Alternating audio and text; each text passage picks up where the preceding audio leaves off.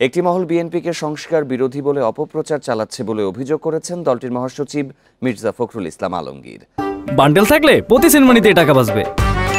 বিকাশ send money bundle কিনে জিতুন প্রতি লেনদেনে। সকালে গুলশান কার্যালয়ে সংবাদ সম্মেলনে এই অভিযোগ করেন তিনি। মির্জা ফখরুল বলেন, জুলাই সনদ নয়, ঘোষণাপত্র নিয়ে বিএনপি অনেক আগেই মতামত দিয়েছে। প্রধানমন্ত্রীর মেয়াদ নিয়ে কমিশন যা বলেছে তাতে অস্পষ্টতা রয়েছে।